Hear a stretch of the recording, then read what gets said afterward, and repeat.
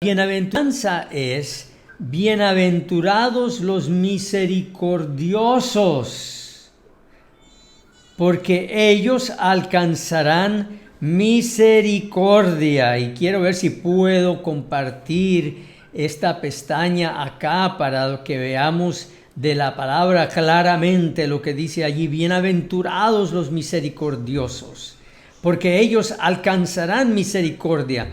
Y bueno, como ustedes saben, todo esto es traducido del idioma griego porque la escritura del Nuevo Testamento fue escrita en ese idioma. Y esta palabra bienaventurados es la palabra makarioi en el plural, makarios en el singular, que significa ese estado de paz, de gran felicidad, en que la persona se siente conectada con Dios, con uno mismo, con el prójimo. No hay ansiedad de la que hablaba el pastor Benjamín. No hay disgustos, no hay celos, no hay envidias, sino que hay una paz. Uno se encuentra totalmente integrado y es muy similar a la palabra shalom del Antiguo Testamento, donde es una paz total, esa perfecta paz.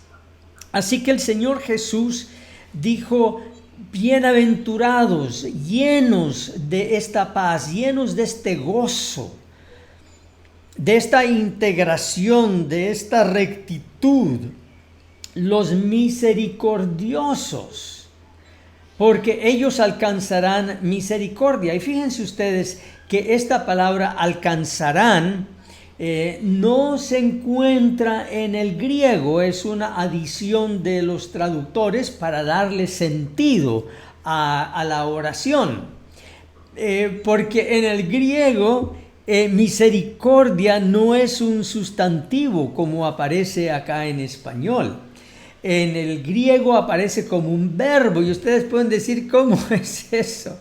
Es un verbo pasivo que se puede traducir, aunque la palabra en español no existe. Dice: porque ellos serán misericordiados.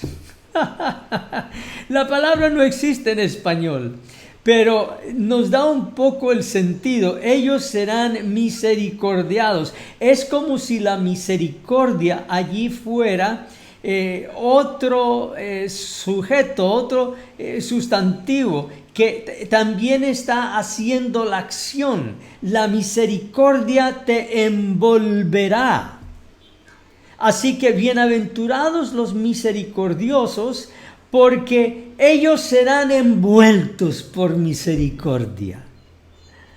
Y esos misericordiosos son los que han recibido misericordia. Ahora, por eso mismo, yo siempre he dicho que las bienaventuranzas no son ley. Aquí el Señor Jesús no dice, y aclaro, no dice: serás misericordioso, como meneando el dedo.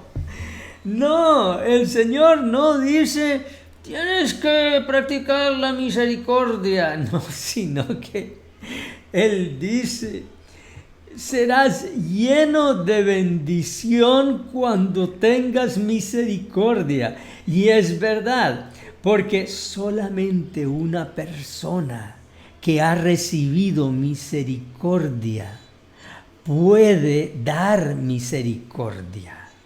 Solamente una persona que ha sido bendecida con un acto misericordioso va a alcanzar más y más misericordia. Yo he estado pensando en un ejemplo de esto, de una persona que por la misericordia alcanza misericordia. Y estoy pensando en la historia que relató Jesús en Lucas 15, cuando dijo: un hombre tenía 2 hijos, y el más joven le dijo a su padre: Padre, dame la parte de la herencia que me toca. Bueno, aquí lo traducen de esta manera, ¿no? Pero seguramente la actitud del joven fue, pa, dame la parte de la herencia que me toca. Lo que nos muestra un poco el carácter de este joven era altivo. Nosotros diríamos era mal educado, era irrespetuoso, porque el hijo menor no tenía ascendencia en pedir herencia. Ese era el derecho del hijo mayor, de disponer de su herencia. Y según lo que el hijo mayor quería darle al hijo menor, pues le quedaba algo al hijo menor, pero la herencia la disponía el hijo mayor. Pero aquí viene el hijo menor y le dice, padre, dame, como exigiendo, dame la parte de la herencia que me toca. Y muy escuetamente la palabra dice, entonces el padre repartió los bienes entre ellos. Yo me rasco la cabeza, ¿qué clase de padre era este? Bueno, era un padre generoso, era un padre misericordioso.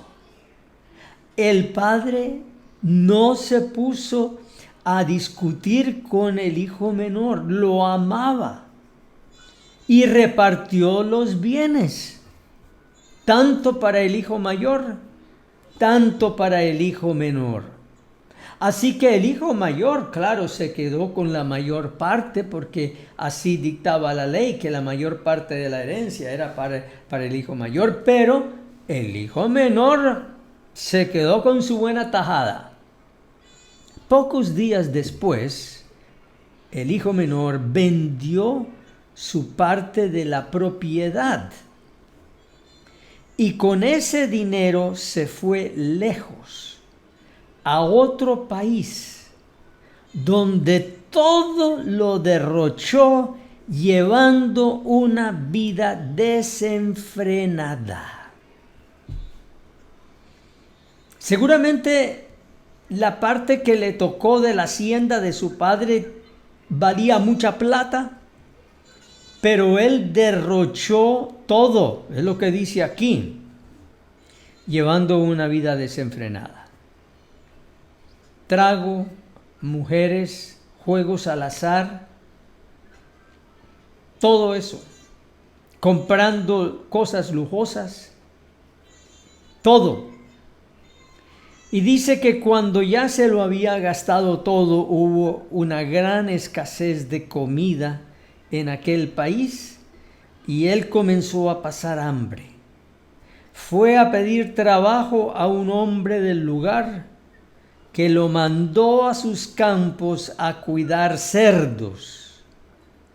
Y tenía ganas de llenarse con las algarrobas que comían los cerdos, pero nadie se las daba. De tal modo que yo me imagino, él saltaba entre los cerdos y se peleaba entre los cerdos por las algarrobas que le daban a los cerdos. Al fin se puso a pensar, ¿cuántos trabajadores en la casa de mi padre tienen comida de sobra, mientras yo aquí me muero de hambre? Regresaré a casa de mi padre y le diré, Padre mío, he pecado contra Dios y contra ti. Ya no merezco llamarme tu hijo, trátame como a uno de tus trabajadores. Así que se puso en camino y regresó a la casa de su padre. Cuando todavía estaba lejos, su padre lo vio y sintió compasión de él. Sintió misericordia, corrió a su encuentro y lo recibió con abrazos y besos.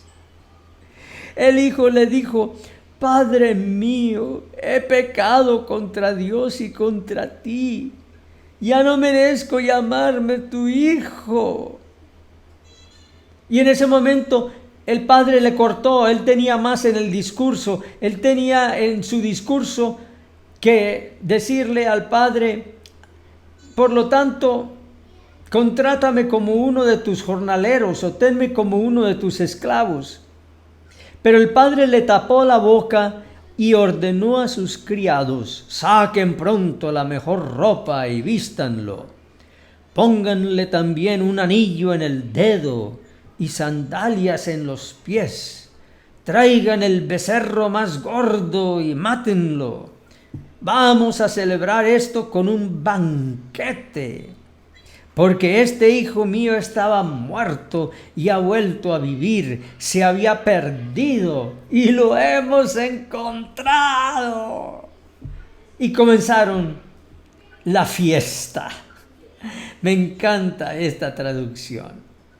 Ahora yo pregunto, ¿cómo es que uno puede tener misericordia en el corazón de uno? Porque hay personas que no tienen misericordia y no tienen compasión.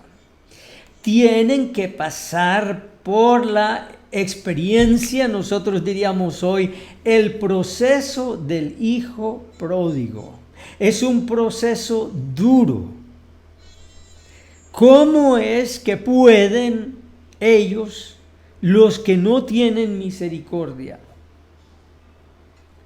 quitarse de encima la avaricia, el egocentrismo, la envidia que los tiene amarrados a ese tipo de vida? Bueno, la realidad es que este hijo pródigo tuvo que tocar fondo. Así que a las personas que no tienen misericordia, que no tienen compasión, tienen que tocar fondo. Desgraciadamente es así. Tienen que tocar el fondo de la falta de misericordia en sus vidas. Y muchas veces ese fondo que tocan es el desprecio de sus hijos, es que su esposa o su esposo los abandonan porque ya no pueden vivir con un hombre o con una mujer así. Los hijos se van de sus hogares porque ya no pueden soportar los golpes del papá o de la mamá. Y queda el papá y en este caso, o la mamá, queda esa persona sola, totalmente sola, abandonada, sin nadie que las quiera. Y es algo muy triste ver a las personas de la tercera edad que han vivido toda una vida de egoísmo y de avaricia y de codicia, sin compasión alguna hacia los demás, porque todo lo que les importaba era ellos mismos. Verlos absolutamente solos y mueren solos. Con muy poca gente, tienen que contratar gente y a veces no tienen plata con qué contratar porque toda su plata la han malgastado en sí mismos. Pero el hijo pródigo tocó fondo y tocando fondo se acordó de la misericordia de su padre, se acordó de su padre. ¿Cómo es posible que mi padre, siendo yo malcriado y pidiéndole yo lo que no me correspondía, es decir, que me diera mi parte de la herencia, cómo fue que mi padre me dio su herencia sin reclamarme nada, sin decirme nada? Me dio la herencia. Se recordó del corazón generoso de su padre. Y estando allí cuidando los puercos, él se recordó de la misericordia de su padre con los trabajadores, con los esclavos, con los siervos. Porque en aquel entonces a los esclavos se les pagaba según el patrón pensaba que ellos estaban trabajando. Si el patrón pensaba que estaban trabajando arduamente, pues les daba bastante comida. Pero si el patrón pensaba que eran medio flojos y no hacían un buen trabajo o no se esmeraban, les daba muy poca comida. Pero el hijo pródigo se recordó que su padre era generoso con los siervos. Se entregó todo a sus siervos, a su casa. Era un hombre misericordioso. Y fue la misericordia del Padre lo que lo llamó del chiquero de puercos. No fue que él usó su pensamiento lógico, no fue nada de eso, sino fue la misericordia del Padre lo que lo llamó. Y fue la misericordia del Padre lo que lo recibió. Así que la misericordia del Padre envolvió con su misericordia al hijo pródigo. Y es así que nosotros nos damos cuenta que es la misericordia que Dios mostró por nosotros en la cruz, al llevar nuestros pecados sobre su ser, la que nos conquista a nosotros. Misericordia alcanza misericordia. La misericordia llama con amor a misericordia.